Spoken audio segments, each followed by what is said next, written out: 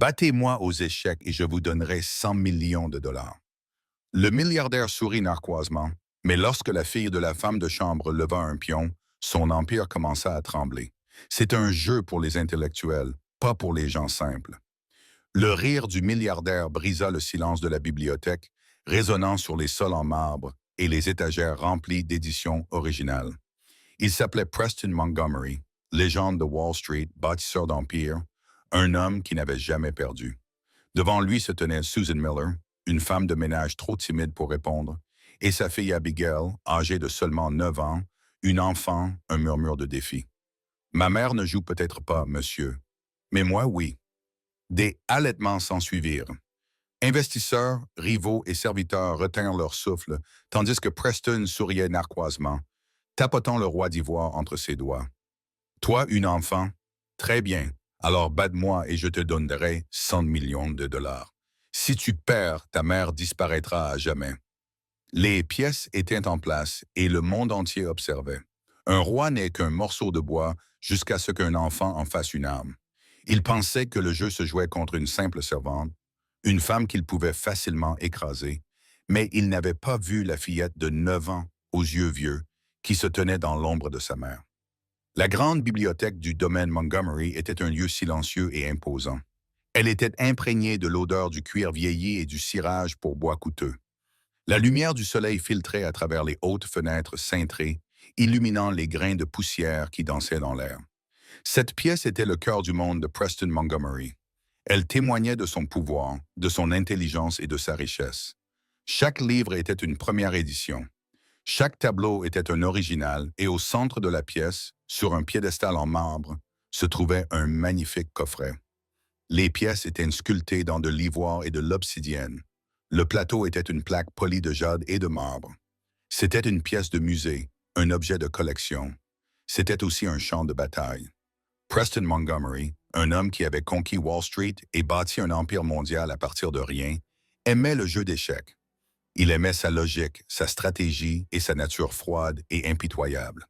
Pour lui, la vie était une partie d'échecs et il n'avait jamais perdu. Aujourd'hui, cependant, le silence sacré de sa bibliothèque était perturbé. Susan Miller, sa gouvernante, époussetait soigneusement les étagères. C'était une femme calme et modeste, âgée d'une trentaine d'années, avec des yeux bienveillants et un sourire doux. Elle se déplaçait avec une efficacité acquise par l'expérience, les mains gercées et usées par des années de dur labeur. Sa fille, une petite fille de 9 ans prénommée Abigail, était assise tranquillement dans un coin et lisait un livre. Abigail avait les yeux bienveillants de sa mère, mais ses cheveux étaient une cascade d'or brillant. Elle était une petite présence silencieuse dans une pièce qui n'était pas destinée aux enfants. Preston Montgomery entra dans la bibliothèque avec un air renfrogné. C'était un homme grand et imposant, âgé d'une cinquantaine d'années, aux cheveux argentés et aux yeux aussi vifs et froids que le ciel d'hiver. Il venait de terminer une conférence téléphonique brutale, un accord qui avait mal tourné. Il était de mauvaise humeur, cherchant quelqu'un à blâmer, quelqu'un à rabaisser. Son regard se posa sur Susan.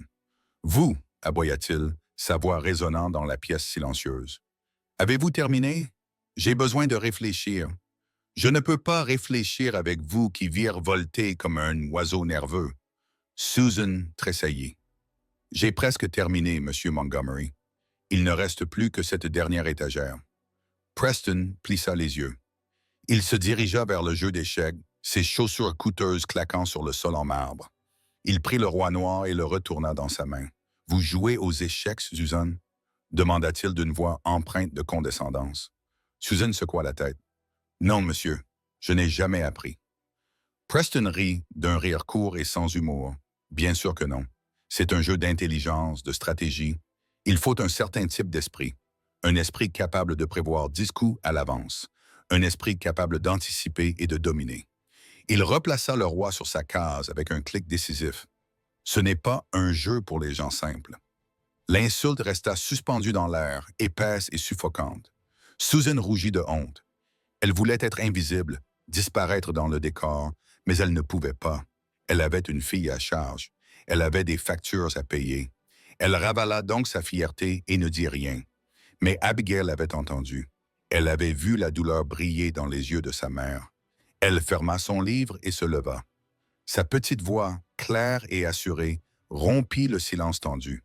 « Ma mère ne joue peut-être pas, monsieur, dit-elle, mais moi, oui. » Preston Montgomery se retourna, les sourcils levés, amusé.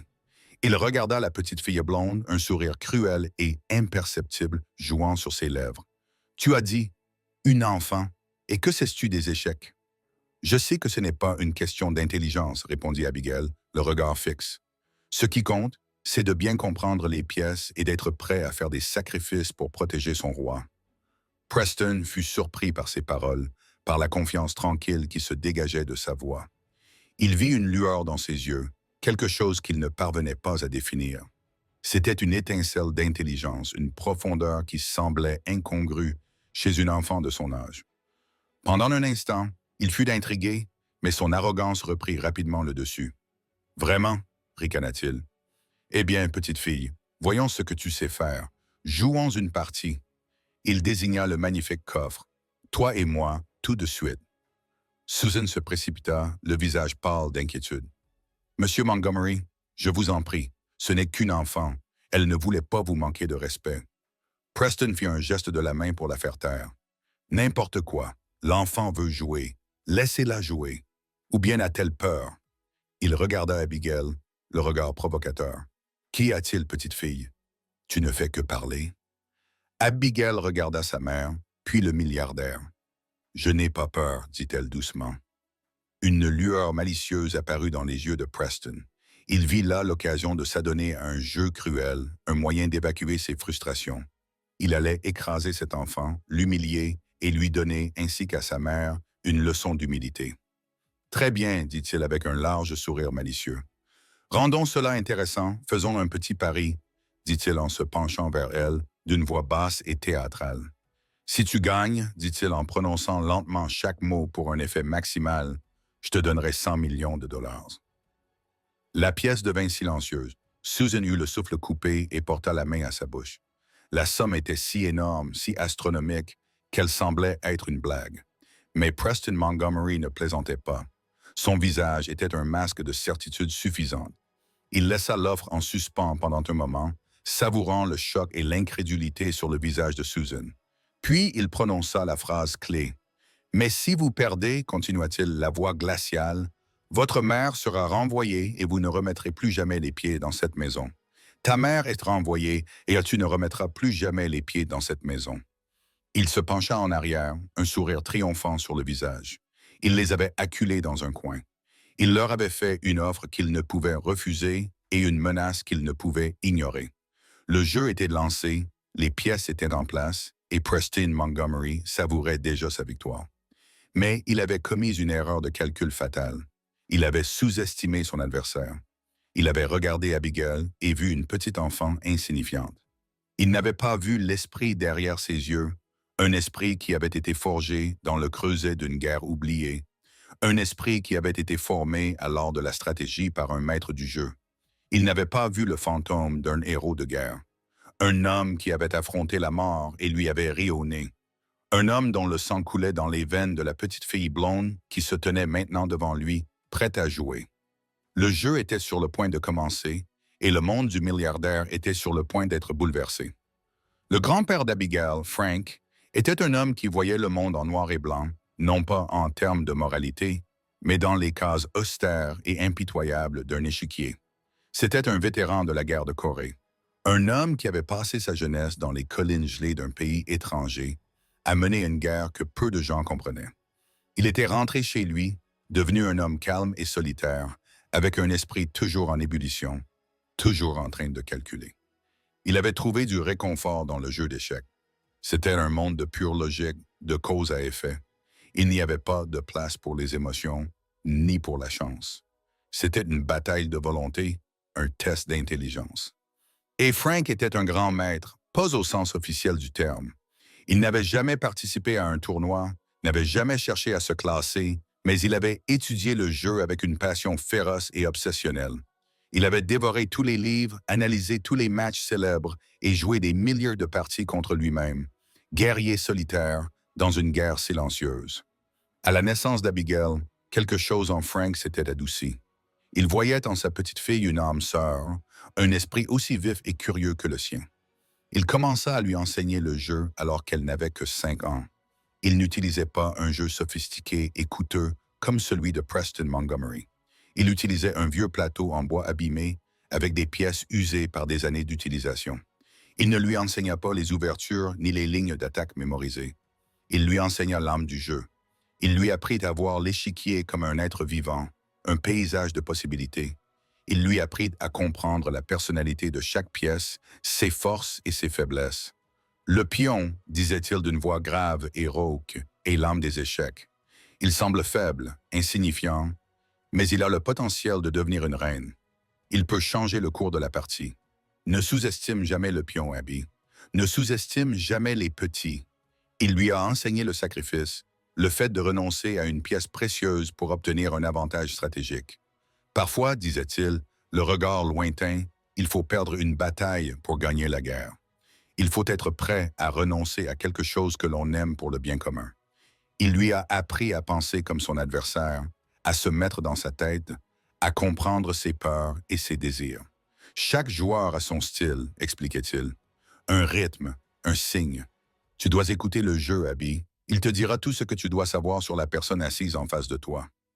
Abigail avait absorbé ses leçons comme une éponge. Elle avait un talent naturel pour le jeu, une compréhension intuitive de ses complexités. Elle voyait des schémas que les autres ne voyaient pas, calculait les variations à une vitesse presque surnaturelle. À l'âge de 7 ans, elle battait régulièrement son grand-père. Frank était déjà un vieil homme à l'époque, son corps déclinait, mais son esprit était toujours aussi vif. Il avait fait une promesse à Abigail. Un jour, Abby, lui avait-il dit d'une voix faible, mais les yeux brillants d'amour, tu vas utiliser ce jeu pour accomplir quelque chose de grand. Tu vas montrer au monde que ce n'est pas la taille du chien qui compte dans le combat, mais la taille du combat dans le chien. Il était décédé 1 an plus tard, laissant Abigail le cœur brisé et un amour profond et indéfectible pour le jeu d'échecs. Elle n'avait plus joué depuis sa mort. Le vieux plateau en bois était rangé dans son placard, souvenir douloureux de l'homme qu'elle avait perdu. Mais maintenant, debout dans la grande bibliothèque du domaine Montgomery, les paroles de son grand-père résonnaient dans son esprit. Elle regarda le milliardaire arrogant, le sourire suffisant et cruel sur son visage. Elle vit la peur et la honte dans les yeux de sa mère, et elle sut que c'était le moment dont son grand-père avait parlé. C'était sa chance de faire quelque chose de grand. C'était sa chance de se battre. Abigail prit une profonde inspiration et s'approcha du magnifique échiquier. Elle tira une chaise et s'assit, sa petite silhouette presque éclipsée par l'imposante table ornée. Preston Montgomery s'assit en face d'elle, l'air amusé et méprisant. L'enfant veut jouer avec les pièces blanches, dit-il d'une voix pleine de sarcasme. Un choix approprié, la couleur de l'innocence et de la capitulation. Abigail ne dit rien. Elle se contenta de tendre la main et de faire son premier coup. Le pion en E4. Une ouverture classique, solide, sans prétention. Le début d'1 million d'histoires différentes. Preston réagit immédiatement. Ses mouvements étaient rapides et agressifs. C'était un joueur qui aimait dominer et contrôler l'échiquier dès le début. Il sortit ses cavaliers et ses fous, lançant une attaque précoce, essayant de la submerger avec ses forces supérieures. Mais Abigail ne se laissa pas intimider. Elle répondit à son agressivité par une défense calme et patiente. Elle développa ses pièces lentement, prudemment, construisant une forteresse solide et impénétrable autour de son roi. Elle était un rocher face à sa tempête, un objet silencieux et inébranlable. La partie se poursuivit, une danse silencieuse et mortelle entre l'ivoire et l'obsidienne. L'horloge tic-taquait sur la cheminée, seul bruit dans la pièce tendue et silencieuse. Susan se tenait près de la porte, les mains jointes en une prière silencieuse. Elle ne comprenait pas le jeu, mais elle comprenait les enjeux. Tout son monde était en jeu. Preston s'impatientait. Il était habitué à voir ses adversaires s'effondrer sous sa pression implacable. Mais cet enfant, cette petite fille silencieuse, était différente. Elle ne commettait aucune erreur. Elle ne lui donnait aucune ouverture. Elle était un mur, une forteresse, un puzzle qu'il ne pouvait résoudre. Il décida de changer de tactique. Il allait utiliser son arme préférée, celle qui lui avait si bien servi dans les salles de réunion et dans la vie, la guerre psychologique. Il se mit à parler d'une voix basse et insidieuse. « Tu es dépassée, petite fille, dit-il, les yeux fixés sur le plateau. Tu penses pouvoir rivaliser avec moi? Je joue à ce jeu depuis plus longtemps que tu n'es en vie. J'ai écrasé des hommes qui te feraient trembler. » Abigail ne dit rien. Elle se contenta de jouer son coup. « Ta mère doit être très fière. » Preston continua, la voix empreinte de venin. « D'avoir élevé une fille qui joue avec son gagne-pain. Une fille qui la verrait jetée à la rue, tout ça pour un jeu stupide. » Susan tressaillit, une larme coulant sur sa joue. Mais Abigail resta impassible. Ses yeux étaient fixés sur le plateau, son esprit tourbillonnant de calculs. Preston se pencha en avant, sa voix se réduisant à un murmure complice. « Je vais te proposer un marché, petite fille. Abandonne la partie maintenant et je laisserai ta mère garder son emploi. J'oublierai même tout cet incident embarrassant. Ce sera notre petit secret. » Il sourit, un sourire carnassier, prédateur. Il pensait l'avoir convaincu. Il lui avait offert une échappatoire, une issue. Il avait fait appel à son amour pour sa mère, à son sentiment de culpabilité, mais il s'était encore une fois trompé sur elle. Il avait confondu son silence avec de la peur. Il avait confondu sa patience avec de la faiblesse. Il avait confondu son amour pour sa mère avec une vulnérabilité qu'il pouvait exploiter. Abigail leva enfin les yeux du plateau. Elle croisa son regard, ses yeux bleus aussi clairs et froids qu'un lac de montagne. « À vous de jouer, Monsieur Montgomery, » dit-elle d'une voix calme mais ferme. Et à ce moment-là, pour la première fois de sa vie, Preston Montgomery ressentit un soupçon de doute. Il regarda la petite fille blonde en face de lui et vit quelque chose qu'il n'avait jamais vu auparavant. Il vit une volonté aussi forte que la sienne. Il vit un esprit aussi vif que le sien. Il vit une guerrière. La partie venait de commencer et le milliardaire commençait à transpirer. L'atmosphère dans la bibliothèque devenait de plus en plus pesante à chaque minute qui passait. Le soleil commençait à se coucher, projetant de longues ombres inquiétantes à travers la pièce. La seule lumière provenait d'une lampe ornée posée sur une table voisine, qui projetait une lueur dorée sur l'échiquier, transformant la partie en un tableau austère et dramatique. Preston ne souriait plus. Son visage était un masque de concentration intense, son front plissé, sa mâchoire serrée. Il ne jouait plus avec une enfant. Il était engagé dans un véritable combat. Un combat pour sa fierté, sa réputation, et il commençait à réaliser que c'était pour quelque chose de plus. Il avait tout donné. Il avait utilisé toutes ses astuces préférées, tous ses pièges les plus rusés, mais elle les avait tous déjoués. Elle avait anticipé chacun de ses coups, contré chacune de ses attaques. C'était comme jouer contre un fantôme, un esprit qui avait toujours une longueur d'avance sur le sien. Il commençait à comprendre qu'il ne s'agissait pas seulement d'une partie d'échecs. C'était une bataille de philosophie. Il était un joueur qui croyait au pouvoir, à la force brute, à l'accumulation implacable d'avantages matériels. Il était un roi qui envoyait ses armées conquérir et détruire. Abigail, en revanche, jouait avec une grâce discrète et subtile. Elle était passée maître dans l'art de la position, de l'harmonie, de l'accumulation lente et patiente de petits avantages. Elle était une reine qui protégeait son peuple, qui avait bâti un royaume fort et résistant. Ses pièces fonctionnaient ensemble comme une symphonie de mouvements coordonnés. Les siennes étaient une collection de soldats individuels menant une guerre qu'il ne comprenait pas. Il la regarda de l'autre côté de l'échiquier et ressentit un respect réticent mêlé à un sentiment croissant d'effroi. Il ne s'était jamais trouvé dans une telle situation auparavant. Il avait l'habitude d'être celui qui contrôlait, celui qui dictait les conditions de l'engagement. Mais maintenant, c'était lui qui était sur la défensive, lui qui réagissait à ses coups, lui qui était lentement, inexorablement acculé. Il repensa à son enfance. Il avait appris à jouer aux échecs avec son père, un homme froid et impitoyable qui lui avait enseigné que seule la victoire comptait. Son père était un prédateur financier, un homme qui avait bâti sa fortune en démantelant d'autres entreprises. Il avait appris à Preston à être un requin, à sentir le sang dans l'eau, à ne jamais montrer de pitié. Il avait bien appris ses leçons. Il était devenu un homme craint mais pas aimé. Il avait connu une série de mariages ratés et avait un fils qu'il connaissait à peine. Il menait une vie remplie de choses coûteuses, mais vide de tout sens réel. Il regarda Abigail, la dignité tranquille de sa posture, l'intelligence féroce de ses yeux. Il vit une enfant aimée, une enfant qui se battait pour quelque chose de plus que l'argent ou la fierté. Elle se battait pour sa mère, pour la mémoire de son grand-père, pour un monde où les petits pouvaient gagner. Et il ressentit une émotion étrange et inconnue. Il ressentit une pointe d'envie. Il secoua la tête pour essayer de clarifier ses pensées. Il ne pouvait pas se permettre d'être sentimental. Il était sous pression à Montgomery. Il ne pouvait pas perdre. Il se concentra sur l'échiquier, cherchant une issue, une faiblesse qu'il pourrait exploiter. Et puis il la vit. Un coup désespéré et risqué, un gambit.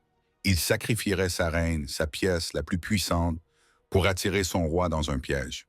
C'était un coup né du désespoir, un coup qui lui ferait soit remporter la partie dans un éclat de gloire, soit mener à une défaite rapide et totale. Il prit sa reine, la main légèrement tremblante, et il regarda Abigail, s'attendant à voir une lueur de surprise, d'incertitude, mais son expression était indéchiffrable. Elle était aussi calme et immobile qu'un lac gelé. Il fit de son coup, plaçant sa reine dans la ligne de mire. La patte était lancée. Abigail regarda l'échiquier pendant un long moment, silencieuse. Elle vit bien sûr le piège. Elle vit le prix tentant et le danger caché qui se cachait derrière. Elle savait que son grand-père aurait été fier d'elle. Il lui avait appris à être une joueuse prudente, à ne jamais prendre de risques inutiles. Mais il lui avait aussi appris autre chose. Il lui avait appris que parfois, la meilleure défense est une bonne attaque. Parfois, il faut être courageux. Parfois, il faut être un lion. Elle tendit la main et prit sa reine. Un cri étouffé s'échappa des lèvres de Susan. Les yeux de Preston s'écarquillèrent de triomphe. Il l'avait eue. Elle était tombée dans son piège. Il lança sa contre-attaque. Une attaque rapide et brutale contre son roi exposé. Ses tours et ses cavaliers descendirent sur sa position. Une tempête de fureur et de feu. Échec, échec, échec. Son roi fut contraint de se déplacer pour fuir à travers l'échiquier. Un animal traqué. La victoire de Preston semblait certaine. Il l'avait acculé. Il n'était plus qu'à un coup de l'échec et mat.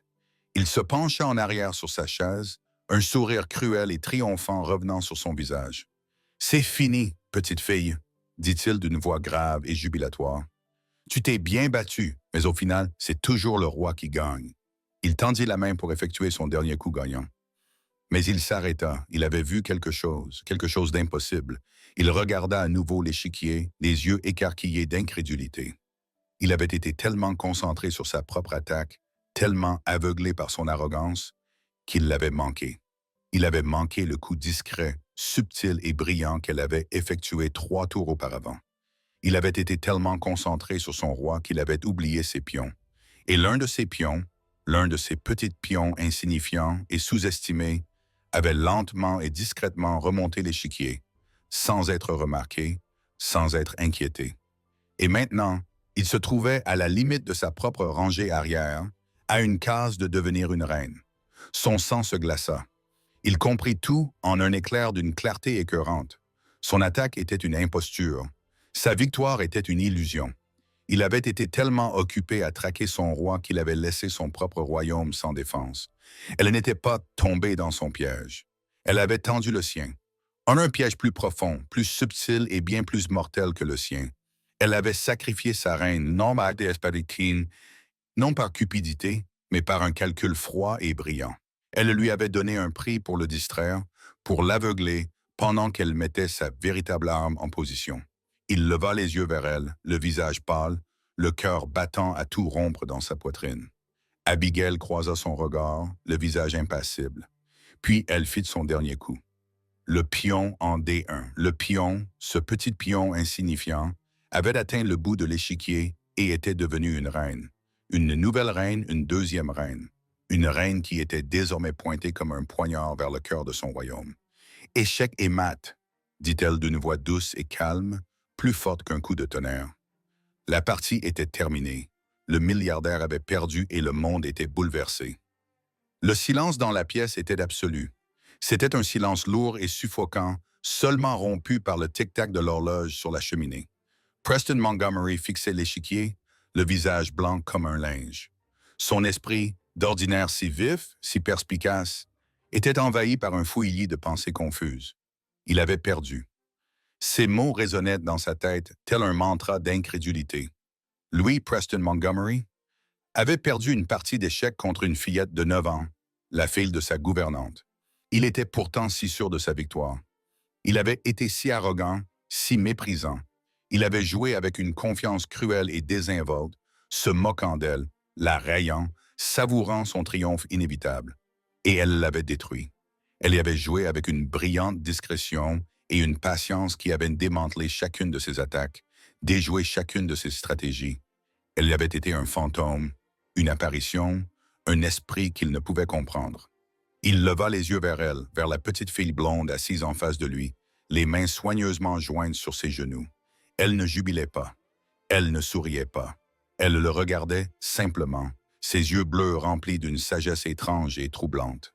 Et à ce moment-là, il ressentit une vague de honte si profonde, si écrasante, qu'elle le mit presque à genoux. Il n'avait pas seulement perdu une partie d'échec, il avait perdu une partie de lui-même. Il avait perdu la certitude arrogante qui avait été le fondement de sa vie.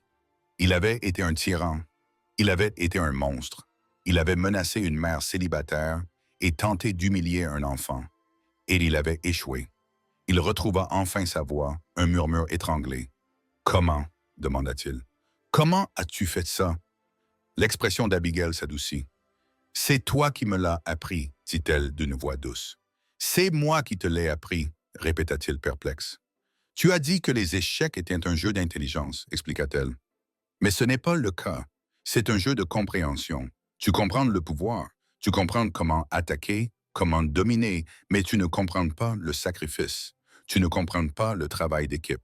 Tu ne comprends pas que parfois, la plus petite pièce peut être la plus importante. » Elle désigna le pion sur la dernière rangée, le pion qui était devenu une reine.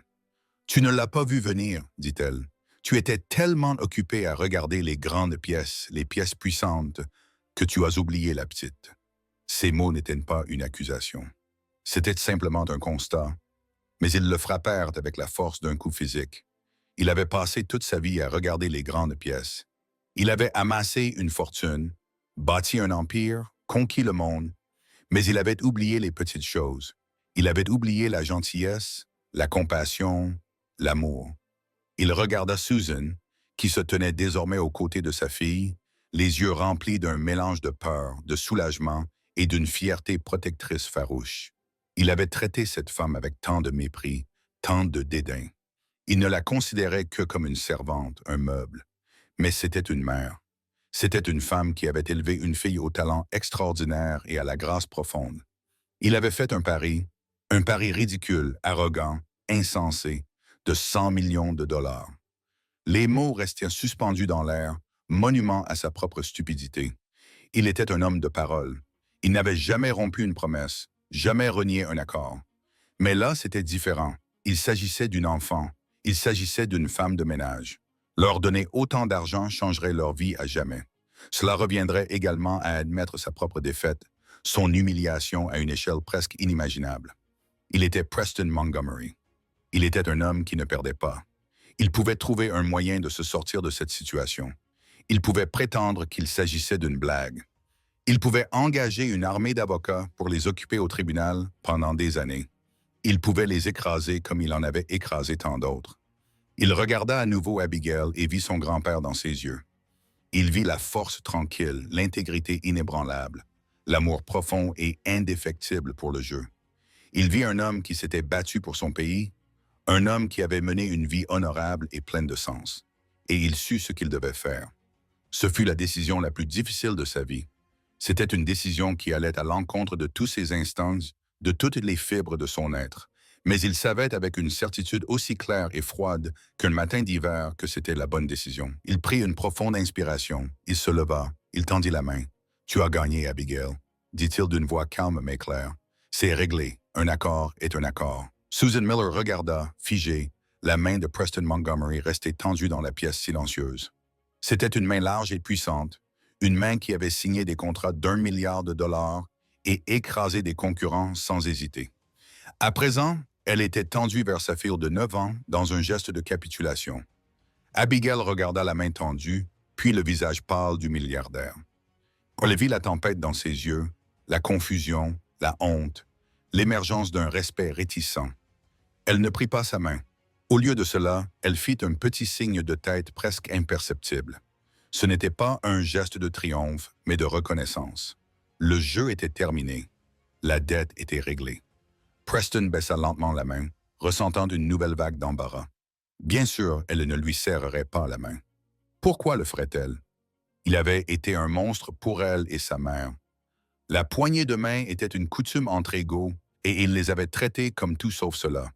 Il s'éclaircit la gorge, le son anormalement fort dans la bibliothèque. « Mon assistant vous contactera, Susan, » dit-il d'une voix tendue et formelle. « Pour organiser le transfert des fonds, j'aurai besoin de vos coordonnées bancaires. » Susan ne put que hocher la tête, l'esprit complètement vide. Coordonnées bancaires. Fonds. Ces mots semblaient appartenir à une autre langue, à un autre monde. 100 millions de dollars. Le chiffre était si énorme, si incroyablement élevé que son cerveau refusait de le traiter. C'était comme essayer d'imaginer la taille de l'univers. « Vous pouvez disposer pour aujourd'hui », ajouta Preston. Ces mots lui semblaient maladroits et inadéquats. Il se détourna, incapable de les regarder plus longtemps. Il se dirigea vers les grandes fenêtres et regarda les jardins méticuleusement entretenus, mais il ne voyait rien. Tout ce qu'il voyait, c'était l'échiquier dans son esprit. Les coups silencieux et brillants de la petite fille qu'il avait si complètement et totalement vaincue. Susan prit doucement la main d'Abigail. Elle lui semblait si petite et fragile dans la sienne. « Allez, ma chérie », murmura-t-elle d'une voix tremblante. « Rentrons à la maison. » Elle quitta la bibliothèque en courant, entraînant Abigail avec elle. Elle ne s'arrêta qu'une fois dehors, dans la longue allée de gravier. L'air frais du soir apaisa ses sens. Le soleil s'était couché et le ciel était d'un violet profond et velouté, parsemé des premières étoiles de la soirée. Elles rentrèrent chez elles en silence. Leur petit appartement n'était qu'à quelques pâtés de maisons du domaine Montgomery, dans un quartier qui semblait à 1000 lieues de là à tous les autres égards. Les bâtiments étaient plus anciens, les rues plus étroites et l'air était rempli des brises de la vie quotidienne. Les rires des enfants, le hurlement lointain d'une sirène, le murmure des téléviseurs provenant des fenêtres ouvertes. Lorsqu'elles furent enfin dans leur petit salon confortable, Susan s'effondra sur le canapé, le corps tremblant. La réalité de ce qui venait de se passer commença à s'abattre sur elle comme un raz de marée. « Abby » dit-elle d'une voix à peine audible. « Qu'as-tu fait? » Abigail s'assit à côté d'elle, l'air calme et serein. « J'ai joué une partie d'échecs, maman. »« Mais l'argent, » balbutia Susan, « 100 millions de dollars. Il ne peut pas être sérieux. Il ne va pas vraiment nous les donner, n'est-ce que pas? »« Si, voici, » répondit Abigail avec une certitude tranquille. « C'est un homme qui comprend les règles, et il a perdu. Il doit payer. » Susan fixa sa fille, cette petite personne familière qui était soudainement devenue une étrangère. Elle avait toujours su qu'Abigail était intelligente. C'était une enfant calme et observatrice, une élève brillante qui préférait les livres aux terrains de jeu. Mais là, c'était tout autre chose. C'était un niveau d'intelligence, de réflexion stratégique qui était presque effrayant. « Où as-tu appris à jouer comme ça? » demanda Susan, la voix pleine d'admiration. « Ton grand-père? C'est lui qui t'a appris, n'est-ce pas? » Abigail acquiesça. « Il m'a tout appris. Mais comme ça, c'était juste un vieil homme qui aimait jouer dans le parc. »« Il était plus que ça, maman, » dit Abigail doucement. « C'était un général. Il n'avait simplement pas d'armée. » Susan ne comprenait pas ce qu'elle voulait dire, mais elle était trop épuisée, trop bouleversée pour poser des questions. Elle serra sa fille dans ses bras, enfouissant son visage dans ses doux cheveux blonds. « J'avais tellement peur, » sanglota-t-elle. « Je pensais que nous allions tout perdre. »« Nous n'allions jamais perdre, » dit Abigail, ses petits bras enroulés autour du cou de sa mère. « Grand-père m'a appris à gagner. » Cette nuit-là, Susan ne parvint pas à dormir. Allongée dans son lit, elle fixait le plafond, l'esprit en ébullition. Le chiffre ne cessait de tourner en boucle dans sa tête. 100 millions de dollars. C'était une somme qui allait changer leur vie. C'était de la liberté. C'était une nouvelle maison, une nouvelle voiture, des études universitaires pour Abigail, un avenir sans soucis ni difficultés. Mais c'était aussi terrifiant. C'était un poids, une responsabilité, une cible dans leur dos. Comment pouvait-elle, une simple femme de ménage et sa fille de 9 ans, gérer une telle somme d'argent? Que diraient les gens? Que ferait-il? Elle pensa à Preston Montgomery. Elle avait travaillé pour lui pendant 3 ans. Elle l'avait vu sous son meilleur jour et sous son pire jour. Elle avait vu ses rares élans de générosité, mais elle avait aussi vu sa cruauté, son arrogance, son mépris total pour les sentiments des autres. Et pourtant, elle avait vu autre chose aujourd'hui. Elle l'avait vu humiliée. Elle l'avait vu vaincue. Et dans ce moment de défaite, elle avait vu une lueur qu'elle n'avait jamais vue auparavant. Une lueur d'humanité. Pendant ce temps, dans son grand manoir vide, Preston Montgomery était également éveillé. Il était assis dans sa bibliothèque, l'échiquier toujours installé sur son socle en marbre. Il fixait les pièces dans la position finale impossible qui avait conduit à sa défaite. Il avait rejoué la partie dans son esprit une centaine de fois, et chaque fois, il arrivait à la même conclusion.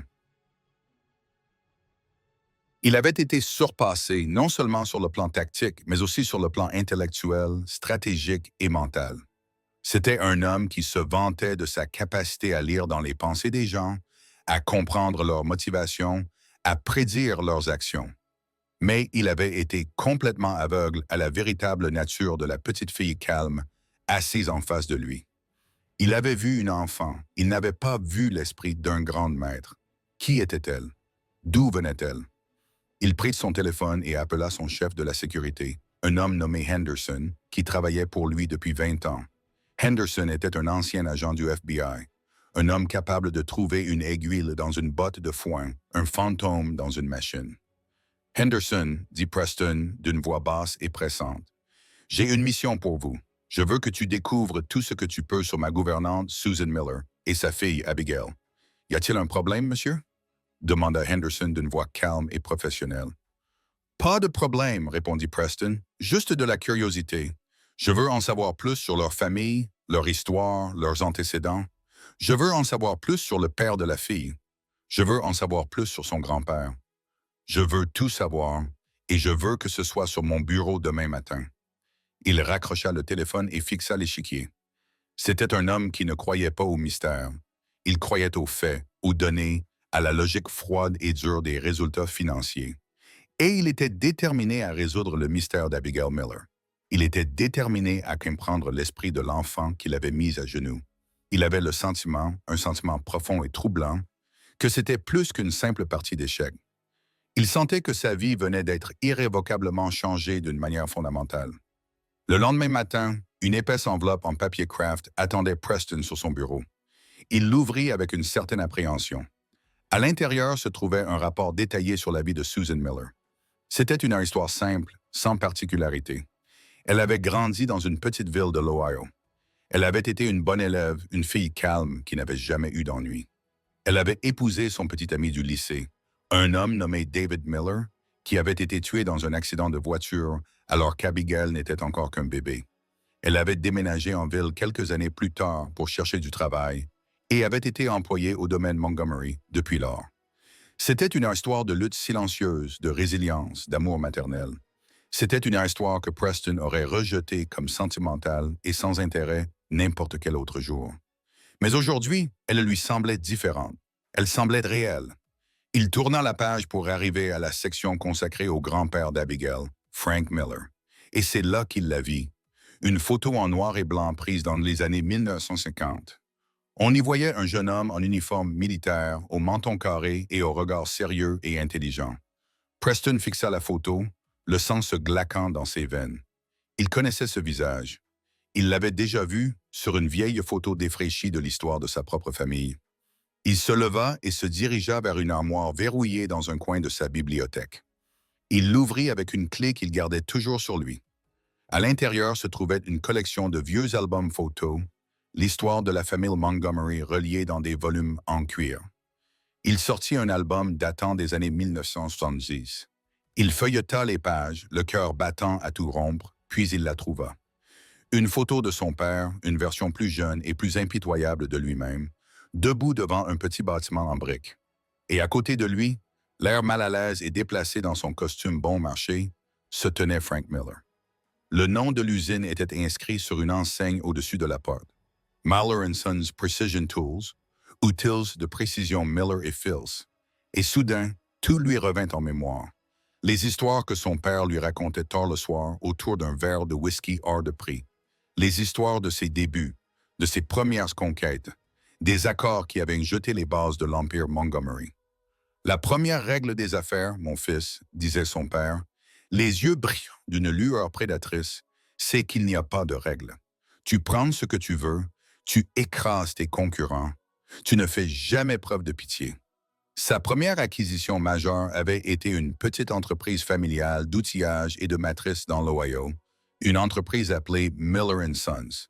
Il l'avait achetée pour une bouchée de pain, l'avait dépouillée de ses actifs, avait licencié tous ses employés et vendu le terrain à un promoteur immobilier. C'était un rachat d'entreprise classique, un exemple typique du capitalisme impitoyable et prédateur qui avait fait de son père une légende. Et Frank Miller, il était le fils, celui qui avait essayé de se défendre, celui qui avait refusé de vendre, qui avait fait appel au sens de la décence et de l'équité de son père, un sens que son père n'avait jamais possédé. Preston se souvenait que son père en avait ri. Cet homme était un imbécile, avait-il dit. Il parlait de loyauté, de tradition, des familles qui avaient travaillé pour son père pendant des générations. Je lui ai dit que la loyauté était une faiblesse, que la tradition était un boulet et que les familles n'étaient qu'un poste parmi d'autres dans un bilan. Frank Miller avait tout perdu, son entreprise, son héritage, l'héritage de son père. Il avait été ruiné, mis de côté, une victime oubliée dans la marche implacable de l'Empire Montgomery. Preston s'enfonça dans son fauteuil, l'album photo ouvert sur ses genoux. Il regarda la photo de son père avec son sourire froid et triomphant, puis celle du jeune soldat aux yeux fiers et honnêtes. Et il comprit enfin. La victoire d'Abigail n'était pas un coup de chance. Ce n'était pas une supposition heureuse. C'était la justice. C'était un fantôme du passé, revenu réclamer une dette qui était due depuis 50 ans. Les 100 millions de dollars n'étaient pas un pari. C'était une restitution. C'était un paiement attendu depuis longtemps pour une vie brisée, un héritage volé. Il resta assis là pendant longtemps, le silence de la bibliothèque pesant sur lui. Il pensa à sa propre vie, à l'empire dont il avait hérité, à la fortune qu'il avait bâtie. Il avait toujours été fier de son succès, de sa capacité à gagner, à dominer, à conquérir. Mais maintenant, pour la première fois, il en ressentait le poids. Il sentait les fantômes des personnes que sa famille avait écrasées, les vies qu'elle avait détruites, les rêves qu'elle avait anéantis. Il avait joué aux échecs toute sa vie, mais il avait joué avec les mauvaises pièces. Il avait joué pour le mauvais prix. Il savait ce qu'il devait faire. Il ne suffisait pas de leur donner simplement de l'argent. Il devait faire plus. Il devait essayer, à sa manière, même si cela semblait insuffisant, de réparer les choses. Il décrocha le téléphone. Il n'appela pas son assistant. Il n'appela pas ses avocats. Il appela le numéro principal du domaine Montgomery. « Donnez-moi le numéro de téléphone de Susan Miller », dit-il d'une voix calme mais ferme. « Je dois lui parler. » Le téléphone sonna dans le petit appartement. Un son strident et discordant qui fit sursauter Susan. Elle essayait de lire un magazine, mais les mots étaient flous. Elle n'arrivait pas à se concentrer. Elle n'arrivait pas à réfléchir. Elle laissa sonner, le cœur battant. Qui pouvait bien appeler? Personne ne l'appelait jamais. Finalement, à la 4e sonnerie, elle décrocha. « Bonjour », dit-elle d'une voix hésitante. « Susan, c'est Preston Montgomery. » Susan sentit son sang se glacer. Elle se leva, serrant le combiné si fort que ses jointures blanchirent. « Monsieur Montgomery, » dit-elle d'une voix à peine audible. « Tout va bien? J'ai besoin de vous voir, dit-il. Vous et Abigail, j'aimerais venir chez vous, si cela vous convient. » Susan resta bouche bée.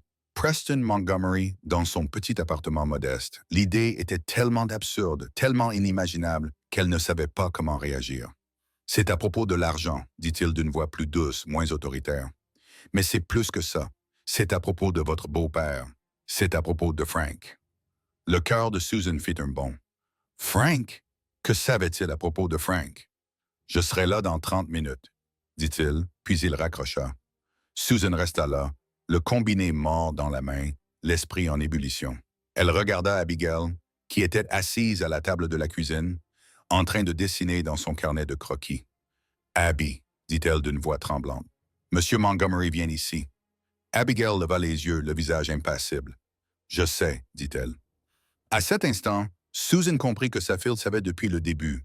Elle savait qui était Preston Montgomery. Elle connaissait l'histoire, le lien, l'ancienne blessure non cicatrisée qui suppurait depuis un demi-siècle. Le jeu n'avait pas commencé hier dans la grande bibliothèque du domaine Montgomery. Il avait commencé il y a 50 ans dans une petite briqueterie de l'Ohio et il avait finalement, après toutes ces années, atteint son dénouement.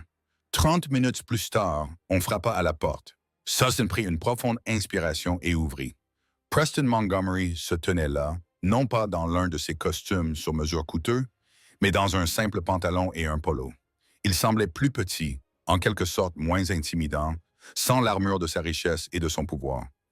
Il tenait dans ses mains un grand album photo relié en cuir. « Puis-je entrer » demanda-t-il d'une voix calme, presque hésitante. Susan acquiesça et s'écarta. Il entra dans leur petit salon, ses yeux s'attardant sur les meubles usés, les photos encadrées accrochées au mur, l'atmosphère chaleureuse et aimante qui régnait dans cette petite pièce. C'était un monde à 1000 lieues de son manoir froid et vide. Il vit Abigail assise à la table de la cuisine, qu'il observait de ses vieux yeux sages. Il s'approcha de la table et y posa l'album photo. Il l'ouvrit à la page où figurait la photo de son père et de Frank Miller devant l'usine. « Je pense que vous savez ce que c'est, » dit-il d'une voix empreinte d'un regret calme et sombre. Abigail regarda la photo, puis leva les yeux vers lui. Elle ne dit rien. « Mon père, » dit Preston, la voix légèrement brisée, « était un voleur. Il a volé l'entreprise de votre grand-père. Il a volé son héritage. Il a volé sa vie. » Il regarda Susan, les yeux remplis d'une honte brute et sans ferme. « Je ne savais pas, » dit-il. « Je vous jure que je ne savais pas. Pas avant ce matin. » Il prit une profonde inspiration. Les 100 millions de dollars. Il dit, « Ce n'est pas suffisant. Ce n'est pas suffisant pour rembourser la dette que ma famille a envers la tienne, mais c'est un début. » Il sortit une enveloppe de sa poche. Ce n'était pas un chèque. C'était une série de documents, des papiers juridiques rédigés par ses avocats ce matin-là. « J'ai organisé le transfert des fonds, » dit-il. « Mais j'ai aussi fait autre chose. J'ai créé une fiducie au nom de votre grand-père, la Fondation Frank Miller. Elle aura pour mission d'aider les petites entreprises familiales, de les protéger contre des sociétés prédatrices, contre des hommes comme mon père. » Il poussa les documents à travers la table. « Je veux que vous et Abigail la dirigiez, dit-il. Je veux que vous utilisiez l'argent de ma famille pour réparer les dommages que ma famille a causés. » Susan fixa les documents, les yeux remplis de larmes. Elle n'était plus seulement une femme de ménage. Elle était à la tête d'une fondation. Elle était la gardienne d'un héritage. Preston regarda Abigail. « Ton grand-père, dit-il d'une voix empreinte d'un profond respect, était un homme meilleur que mon père. Et toi, tu es une meilleure joueuse que moi. » Il tendit à nouveau la main. Cette fois, Abigail la prit. Sa petite main se perdait dans la sienne, mais sa poigne était ferme, assurée. « La partie n'est pas terminée, Monsieur Montgomery, » dit-elle d'une voix calme mais claire. « Elle ne fait que commencer. » Et dans ce petit appartement modeste, entouré des fantômes du passé et des possibilités de l'avenir, un milliardaire et la fille d'une femme de ménage se serrèrent de la main. Une dette avait été payée, une blessure avait été guérie, et une nouvelle partie, une meilleure partie, était sur le point de commencer.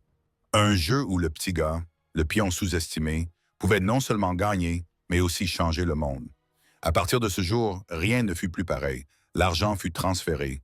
Une rivière numérique silencieuse coulant d'un monde à l'autre. Susan quitta son emploi, non pas avec colère ou ressentiment, mais avec une dignité tranquille. Elle et Abigail quittèrent leur petit appartement et achetèrent une maison modeste mais confortable dans un quartier calme et arboré. Ce n'était pas un manoir, mais c'était un foyer. Il y avait un jardin où Abigail pouvait jouer et un bureau où Susan pouvait commencer son nouveau travail. La fondation Frank Miller est devenue sa passion. Elle s'y est investie avec une énergie farouche et déterminée. Elle a embauché une petite équipe et, ensemble, ils ont commencé à passer au crible les candidatures qui affluaient de tout le pays. C'étaient des histoires de lutte, d'espoir, de personnes qui essayaient de construire quelque chose qui leur appartenait, quelque chose qui durerait. Elle est devenue la championne des opprimés, la défenseuse des petites entreprises familiales qui constituaient l'épine dorsale du pays. Elle a utilisé la fortune Montgomery, la fortune qui avait été bâtie sur les ruines de l'héritage de sa propre famille, pour donner à d'autres familles une chance de s'en sortir. Preston Montgomery, Quant à lui, s'est engagé dans un processus de transformation lent et douloureux. Il n'a pas pris sa retraite. Il n'a pas vendu son entreprise, mais il a commencé à la diriger différemment. Il a commencé à penser à autre chose qu'aux résultats financiers. Il a commencé à penser aux personnes qui travaillaient pour lui, aux communautés touchées par son entreprise, à l'héritage qu'il laisserait derrière lui. Il est devenu un important bienfaiteur de la Fondation Frank Miller, non seulement avec son argent, mais aussi avec son temps et son expertise. Il a encadré de jeunes entrepreneurs. Il a conseillé des propriétaires de petites entreprises. Il a utilisé son vaste réseau de contacts pour ouvrir des portes à des personnes qui n'avaient jamais eu de chance. Lui et Abigail ont continué à jouer aux échecs. Ils se retrouvaient une fois par mois dans un coin tranquille d'un parc public, sur un simple échiquier en bois abîmé. Il ne l'a jamais battue, mais il a appris d'elle. Il a appris la patience, le sacrifice, le pouvoir discret et subtil d'une fin de partie bien jouée. Il a appris que gagner n'était pas tout. Il a appris que parfois, les plus grandes victoires viennent des parties que l'on perd. Un après-midi d'automne frais, alors qu'il terminait une partie, Preston regarda Abigail, l'air pensif. « Tu sais, dit-il, j'ai réfléchi. Mon entreprise n'est qu'un ensemble d'actifs, de marques, de bilans. Elle n'a pas d'âme. Elle n'a pas de but. Ce n'est qu'une machine à faire de l'argent. » Il fit une pause, puis ajouta « J'aimerais que tu fasses partie de mon conseil d'administration. » Abigail leva les yeux du plateau, le regard sérieux. Elle avait maintenant 10 ans, à l'aube d'un nouveau monde, d'une nouvelle vie. « Je ne connais rien aux affaires, dit-elle. »« Tu sais tout ce qu'il faut savoir, répondit-il. Tu sais que le pion est l'âme des échecs. Tu sais que les petits ont leur importance. Tu sais qu'il faut être prêt à sacrifier quelque chose que l'on aime pour le bien commun. » Il sourit, un sourire sincère et chaleureux qui illumina ses yeux. « J'ai besoin de toi, Abigail, dit-il. J'ai besoin que tu m'aides à mieux jouer. » C'est ainsi que s'acheva l'histoire du milliardaire et de la fille de la femme de ménage. Mais c'était aussi un commencement. Le commencement d'un nouvel héritage, d'un nouvel empire, bâti non pas sur une ambition impitoyable, mais sur la compassion, la justice et la sagesse tranquille et durable d'une fillette de 9 ans qui savait jouer aux échecs. Le monde est un échiquier et nous ne sommes tous que des pions qui tentent de trouver le chemin du retour. Mais parfois, si nous avons de la chance, nous trouvons un grand maître, un professeur, un ami qui nous montre comment jouer avec grâce, courage et amour. Et cela, en fin de compte, est la seule victoire qui compte vraiment. La nomination d'une fillette de 10 ans au conseil d'administration d'une société multimilliardaire était, pour le moins, sans précédent. Elle a provoqué une onde de choc dans le monde financier. Les gros titres étaient un mélange de ridicule et d'incrédulité. « La folie de Montgomery », titrait un journal. « Un milliardaire nomme une enfant prodige au conseil d'administration », annonçait un autre avec une bonne dose de scepticisme. Les membres du conseil d'administration eux-mêmes, un groupe de cadres chevronnés et intransigeants qui avaient gravi les échelons jusqu'au sommet de la hiérarchie de l'entreprise, étaient furieux. Ils considéraient cela comme une insulte, un coup de pub, un signe que le vieil homme perdait finalement la tête. Mais Preston Montgomery s'en moquait. Il avait passé toute sa vie à se soucier de ce que les autres pensaient, à entretenir son image d'invincibilité impitoyable. Désormais, il ne se souciait plus que d'une seule chose, la rédemption. La première réunion du conseil d'administration à laquelle Abigail assista fut une scène hautement comique et pleine de tension. Elle était assise à la longue table en acajou poli, les pieds ne touchant pas tout à fait le sol, un verre de lait placé à côté d'elle par un assistant perplexe. Elle était entourée d'hommes qui faisaient 3 fois sa taille et avaient un an de plus qu'elle. Ils parlaient dans un langage fait d'acronymes et de jargon financier, évoquant des rachats par endettement et des rapports trimestriels sur les résultats. Ils présentèrent des tableaux et des graphiques, des projections et des prévisions, une avalanche de données destinée à impressionner et à intimider. Abigail écouta patiemment, son carnet de croquis ouvert devant elle. Elle ne dit pas un mot pendant les 2 premières heures. Les cadres échangèrent des regards satisfaits et complices. L'enfant était dépassé, comme il s'y attendait. Puis ils en sont venus au point principal de l'ordre du jour, une proposition d'acquisition d'une petite entreprise concurrente.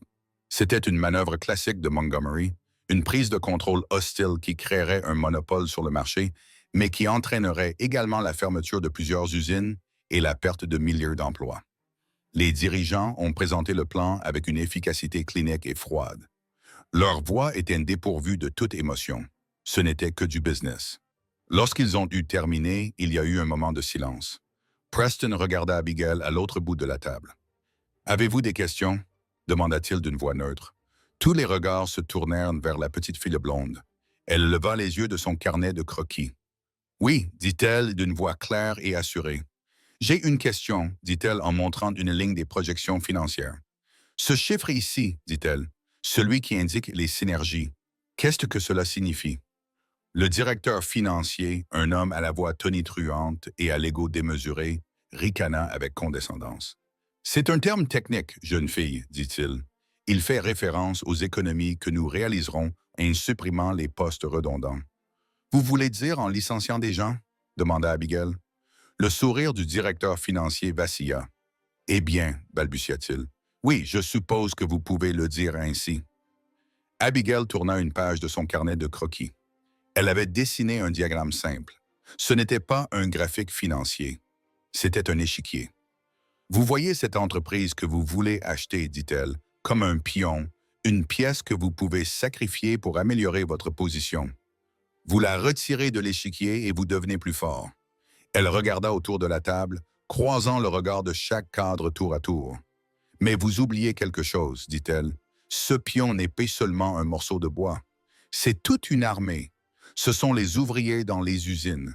Ce sont leurs familles. Ce sont les petites villes qui dépendent de ces emplois. Si vous retirez ce pion de l'échiquier, vous ne perdez pas seulement d'une pièce. Vous détruisez un royaume. » Elle fit glisser son carnet de croquis vers Preston. « Il y a un meilleur coup à jouer, dit-elle. Au lieu de les racheter, pourquoi ne pas investir dans ces entreprises? Les aider à moderniser leurs usines, les aider à développer de nouveaux produits, les aider à devenir plus compétitives. » Les cadres la regardèrent, stupéfaits. L'idée était absurde. C'était un suicide financier. C'était une hérésie. Mais Preston regarda l'échiquier qu'elle avait dessiné. Il comprit la logique de son coup, la sagesse calme et patiente qui l'avait vaincu il y a tant de mois. Il vit un moyen de gagner, non pas en détruisant son adversaire, mais en faisant un allié. Il leva les yeux vers le plateau. « Elle a raison, dit-il d'une voix calme mais ferme. Nous ne les rachetons pas. Nous nous associons avec eux, rédiger une nouvelle proposition. Et cette fois, je veux que le mot synergie soit remplacé par le mot personne. » Ce jour-là, quelque chose changea dans l'âme de Montgomery Industries. La vieille garde grogna. Mais une nouvelle ère avait commencé. L'entreprise commença à investir dans ses employés, dans ses communautés, dans la durabilité à long terme plutôt que dans les profits à court terme. C'était un chemin plus lent, plus difficile, mais c'était un meilleur chemin. Et lentement, miraculeusement, les résultats financiers commencèrent à s'améliorer. Des employés heureux étaient des employés productifs. Des communautés fidèles étaient des clients fidèles. Une entreprise avec une conscience était une entreprise avec laquelle les gens voulaient faire affaire. Les années passèrent. La fondation Frank Miller grandit, ses racines s'étendant à travers tout le pays. Une force tranquille et constante pour le bien. Susan Miller, la femme de ménage autrefois timide, devint une philanthrope confiante et respectée, une femme qui évoluait avec aisance dans un monde de pouvoir et d'influence, mais qui n'oubliait jamais d'où elle venait. Un jour, une lettre est arrivée au bureau de la Fondation. Elle provenait d'un petit atelier familial de menuiserie dans l'Oregon. Le propriétaire, un homme nommé George, était au bord de la faillite. Une grande multinationale s'était installée dans sa ville, cassant les prix et le poussant à la faillite. Il avait investi toutes ses économies dans son atelier. Il appartenait à sa famille depuis 3 générations. Il était sur le point de tout perdre. Susan a lu la lettre et son cœur s'est serré. C'était l'histoire de sa propre famille qui se répétait à une autre époque, dans un autre lieu. Elle s'est envolée pour l'Oregon afin de le rencontrer. Elle a vu la fierté dans ses yeux, les callosités sur ses mains, l'amour qu'il portait à son métier.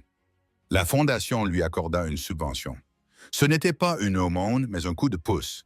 Ils l'aidèrent à moderniser son équipement, à créer un site web, à trouver de nouveaux marchés pour ses meubles artisanaux. Ils lui donnèrent une chance de se battre. 1 an plus tard, Susan reçut une autre lettre de George. Son entreprise était florissante. Il avait embauché 3 nouveaux employés. Son fils, qui était parti à l'université pour étudier le commerce, avait décidé de revenir à la maison et de rejoindre l'entreprise familiale. Vous n'avez pas seulement sauvé mon magasin, écrivait George, les mots brouillés par les larmes. Vous avez sauvé ma famille, vous avez sauvé mon héritage. Susan posa la lettre, un sourire tranquille et satisfait sur le visage. C'était sa victoire. C'était son échec et Matt. Par une chaude soirée d'été, 5 ans après cette partie d'échecs décisive, Preston Montgomery se tenait sur le balcon de son appartement-terrasse, contemplant la silhouette scintillante de la ville. Il était désormais un vieil homme, les cheveux complètement blancs, le visage marqué par les rides d'une vie à la fois difficile et bien remplie. Il entendit un léger bruit de pas derrière lui. Il se retourna et vit Abigail. Elle avait maintenant 14 ans, une jeune femme à l'aube de l'âge adulte. Elle avait les yeux bienveillants de sa mère et la force tranquille et inébranlable de son grand-père. Elle venait d'être acceptée dans une université prestigieuse avec une double spécialisation en économie et en philosophie. Elle faisait toujours partie du conseil d'administration de son entreprise, où elle était une voix de raison et de compassion. Il savait qu'elle était l'avenir. « Regarde, Abby, dit-il d'une voix grave et rauque, toutes ces lumières, tous ces gens. J'ai passé toute ma vie à essayer de conquérir cette ville, de la posséder, d'apposer mon nom sur chaque bâtiment. » Il secoua la tête. « J'ai été tellement stupide. Je jouais aux dames et je croyais que c'était aux échecs. » « Tu es un homme bon, Preston, » dit Abigail, debout à ses côtés. Il esquissa un sourire triste et mélancolique. « Non, dit-il, je ne le suis pas. Mais tu m'as rendu meilleur. » Ils restèrent longtemps silencieux, regardant la ville respirer, vivante, palpitante. « Cela vous manque-t-il parfois? » demanda Preston. « Le combat, le frisson de la victoire. » Abigail réfléchit un instant. « Le jeu n'est jamais terminé, dit-elle. Il change simplement. Le but n'est plus de gagner. C'est de jouer un beau jeu, un jeu qui laisse le plateau et le monde dans un état meilleur que celui dans lequel vous les avez trouvés. » Elle leva les yeux vers lui, ses yeux bleus brillants d'une sagesse bien supérieure à son âge. « Ah, c'est ce grand-père qui m'a appris ça, dit-elle. Il disait que chaque pion est une reine potentielle. Chaque personne est un héros potentiel. Il suffit de leur donner une chance d'atteindre l'autre côté. » Preston regarda la ville tentaculaire à perte de vue, les millions de petites lumières. Chacune d'entre elles représentait une histoire, un rêve, un jeu qui attendait d'être joué. Et pour la première fois de sa vie, il ne voyait pas un royaume à conquérir. Il voyait un monde à sauver. Et il savait avec une certitude profonde et inébranlable que le jeu était entre de bonnes mains. L'enfant était devenu une reine et son règne ne faisait que commencer. Et c'est là que nous terminerons l'histoire pour l'instant. Chaque fois que je partage l'une de ces histoires, j'espère qu'elle vous donne l'occasion de sortir du quotidien et de vous laisser aller un instant. J'aimerais savoir ce que vous faisiez en l'écoutant, peut-être vous détendre après le travail, conduire tard le soir ou simplement vous relaxer. Laissez-moi un petit mot dans les commentaires, je les lis tous, vraiment. Et si vous voulez être sûr que nos chemins se croisent à nouveau, cliquez sur « J'aime » et vous abonner fait une énorme différence. Merci d'avoir passé ce moment avec moi.